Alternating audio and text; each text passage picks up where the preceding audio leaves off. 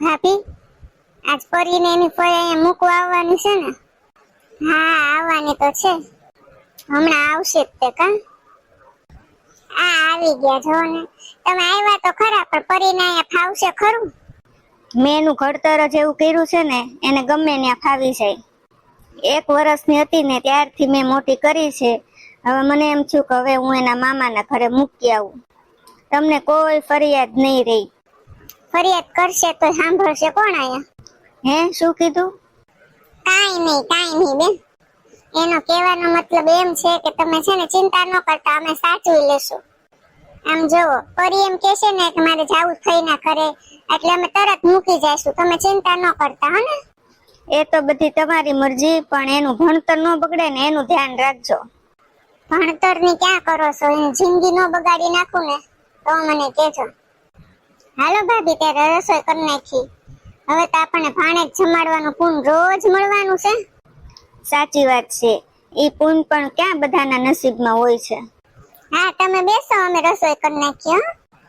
હા, હાલ. મારી દીકરીને અહીંયા ફાવે છે કે કેમ? જરાય ચિંતા ન કરતી હો, તારી નાની બેઠી છે હજી. નાની, એક સવાલ પૂછું? હા બેટા, બોલ ને. બધા પાસે મમ્મી છે, મારી પાસે કેમ નથી? ઈ તો જેવા જેના કરમ બેટા, જે આ કરમમાં લખ્યું હોય ને એ તો ભોગવવું પડે. છોકરીને સમજાય ને એવી વાત કરો ને. આવી વાતો શું કામ કરો છો? સારું નથી લાગતું. મામી, તમે મને લેશન કરાવશો ને? મારા ભાઈ તો કહેતા હતા કે મામી તને રોજ લેશન કરાવશે. અરે બેન, મારી માથે ઘરની જવાબદારી. યમરાજ આવ્યા હોય ને તોય કેવું પડે, ઘડીક બેહો તમે. આખા ઘરની જવાબદારી એમાં તું મારી માથે પડી. જોઈ ટાઈમ હશે ને તો કરાવીશ. ખાલી આ પાડી દીધી હોત તો તમારું શું જાત?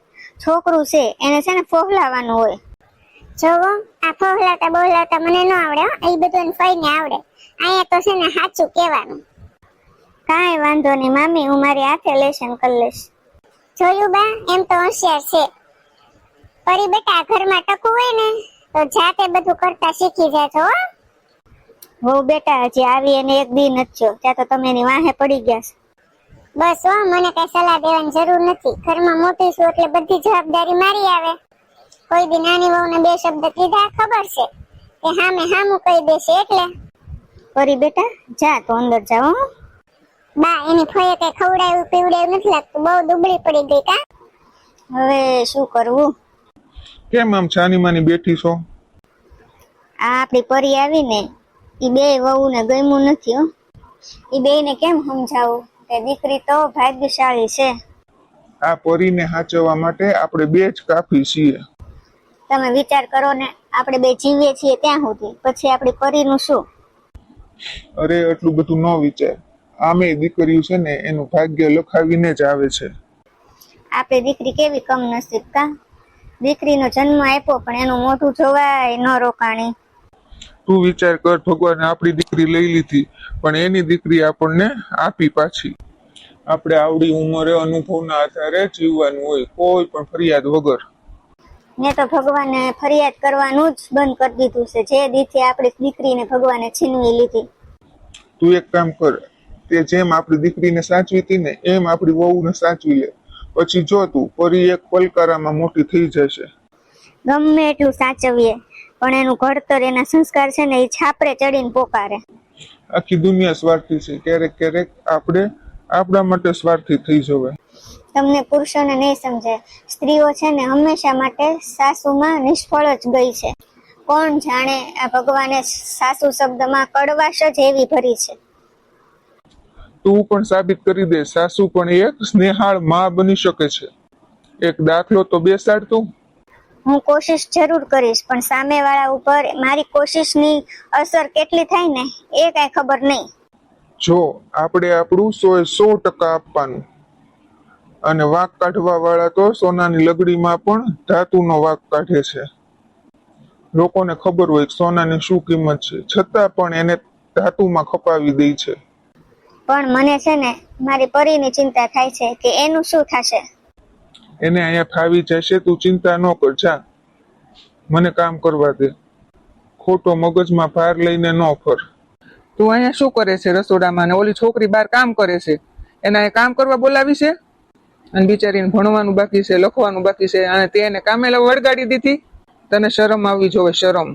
તમારે છે ને મને કઈ ગભરાવાની જરૂર નથી. તમારી ભાભીએ કીધું હતું કે આને આમ જ રાખવાની છે. તું ને ભાભી બે હરખા છો, બે માંથી એક દયા નથી આવતી છોકરી ઉપર. તને છે ને તારી ઉપર હાથ ન ઉપડે ને એટલું બાકી છે.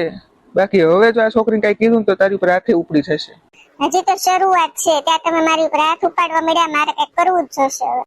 મામી મારું કામ થઈ ગયું, હવે હું શું કરું? અને તમે ઝઘડોમાં મારા માટે.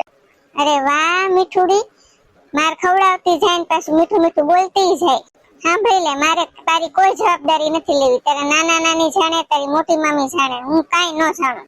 જરાક વિચાર તો કર. આ તું નથી આને હાચવતી, પોતાના બાળક ક્યારે કરવા? સપનાય ન જોતા. જ્યાં સુધી આ અહીંયા છે ને ત્યાં સુધી બધું ભૂલી જાવ. મમ્મી મમ્મી તું ક્યાં છો? તું ન હોય ત્યારે જ કેમ બધા આવું કરે છે?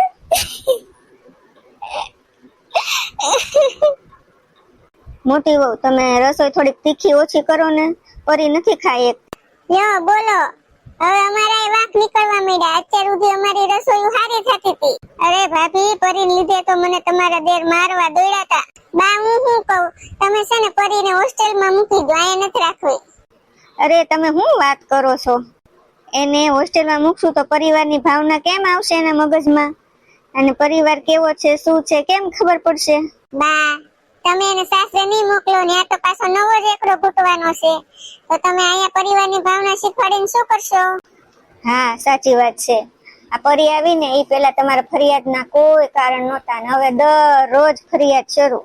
તો તમે એ વિચારો ને કે આ બદલવાનું કારણ શું હશે? કારણ તો ઘણાય છે. આ મીઠી વીડી જેવી ભાણેજ મળી છે. જો તમે એને ન સાચવી શકો ને તો તમારું જીવન સુકા રણ કરતાય બદતર છે. બા તમારે મંદિરનું જ્ઞાન છે ને મંદિરે જ રાખીને આવવાનું, કારણ કે ઘરકામ અને ભક્તિ બે હારે નો. સાચી વાત છે. આ તમારી પાસેથી મને નવું જાણવા મળ્યું. હવેથી હું ધ્યાન રાખીશ. આ તો કાંઈક તો કરવું જ છે. જોજે ને.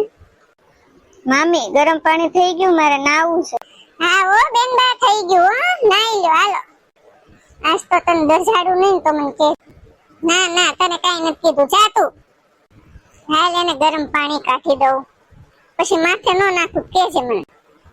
ઓય બાપા, ઓય મારી હું દાચી ગઈ, મારા પગ ઉપર પાણી પડ્યું.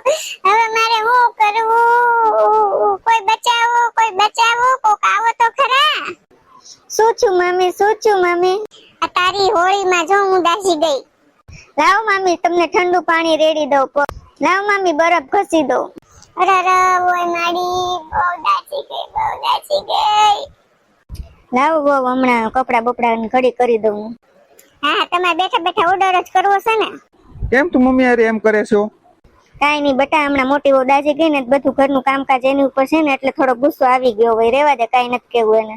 આ બધી હોળી છે ને તમારે પરિહાટું થઈને જ થઈ. આપણે કોઈ ગરમ પાણી નાતા નથી ને એને ગરમ પાણી નાવા છો એટલે જ ભાભી દાચી ગયા.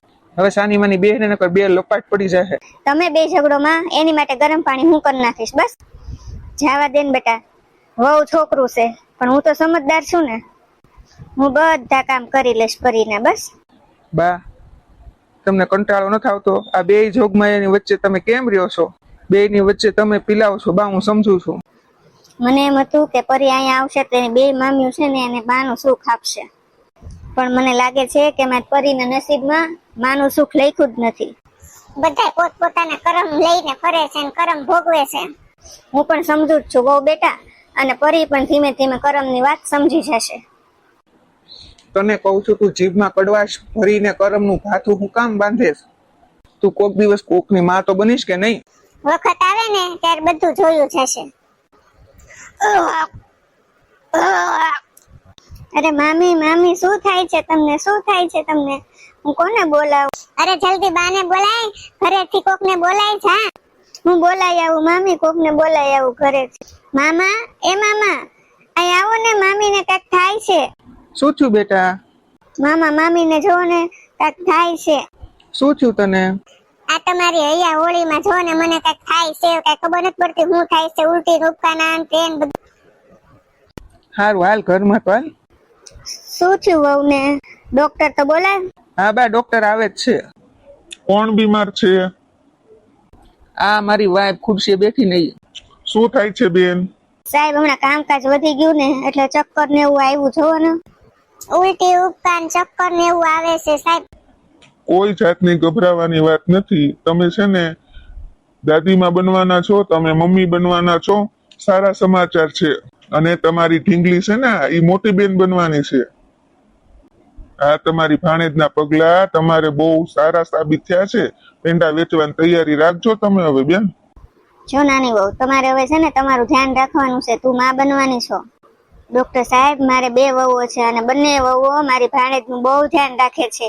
મારી ઢીંગલીને હાથમાં ને હાથમાં રાખે છે. ચાલો ત્યારે હું રજા લઉં હો. આજે તમને આપણું ઘરનું વાતાવરણ કઈક બદલેલું નથી લાગતું? પરી ક્યાં ગઈ તું? આજે તારો જન્મદિવસ છે બેટા, બહાર આવતો. આજે આપણી પરીને લઈને આપણે માતાજીના દર્શન કરવા જવાનું છે. જોયું ને તે, મેં તને નહોતું કીધું સાસુ શબ્દ ક્યારેય કડવો ન હોય. વાત તો સાચી હો તમારી. બાપુજી, વાંક અમારો જ હતો. ક્યાંક ને ક્યાંક અમારા જ સ્વભાવમાં કડવાશ ભળી ગઈ હતી. મેં તો છે ને પરીનું નવું નામ પણ રાખ્યું છે. એના ફૈબા છે હો, એનું નામ એના ફૈબા રાખે જ છે અને જે રાખ્યું છે એ બરોબર છે. અરે પણ વહુએ રાખ્યું છે તો ભલે ને રાખ્યું. શું નામ રાખ્યું છે વહુ? એનું નામ મેં ભાગ્યશાળી રાખ્યું છે. એના પગલા છે ને આપણા ઘર માટે બહુ ભાગશાળી છે. આ જો ને ભાભી, આપણે કેદુના કહેતા હતા ગીઝર લઈ દો, ગીઝર લઈ દો. તમે દઈ જા તો તરત ગીઝર આવી ગયું કે નહીં? નાનકા નામને કેટલા વર્ષ થયા, આપણે તો દવા અને દુવા ઉપર બે ઉપરથી વિશ્વાસ ઉડી ગયો હતો. અને આ કેવા સારા સમાચાર આવ્યા, આપણી પરી આવી ઘરમાં એટલે. હા, એકદમ સાચી વાત. મારી પરી છે તો ભાગશાળી. એના પગલા ઘરમાં પડ્યા અને આપણા ઘરની શકલ જ બદલાઈ ગઈ. દીકરીના જન્મની સાથે જ એને માતાને મોક્ષ મળે. એ દીકરી અભાગણી કઈ રીતે હોઈ શકે? એના પગલા હંમેશા શુભ જ હોય, અશુભ ન હોય. આ બેને તે આપણને બધાને જોઈને ખુશ થતી છે. હા, સાવ સાચું હો. મામી, જો તો હું કેવી લાગુ છું? અરે મારી ભાગ્યશાળી, મારી સુકનવંતી, મારી નસીબદાર દીકરી, મારા ઘરની લક્ષ્મી, તને સત સત નમન હો. અરે મારી ભાણેજ, 100 ભામણ ને 1 ભાણેજરું. કઈ કહેવતમાં ખોટું કીધું છે?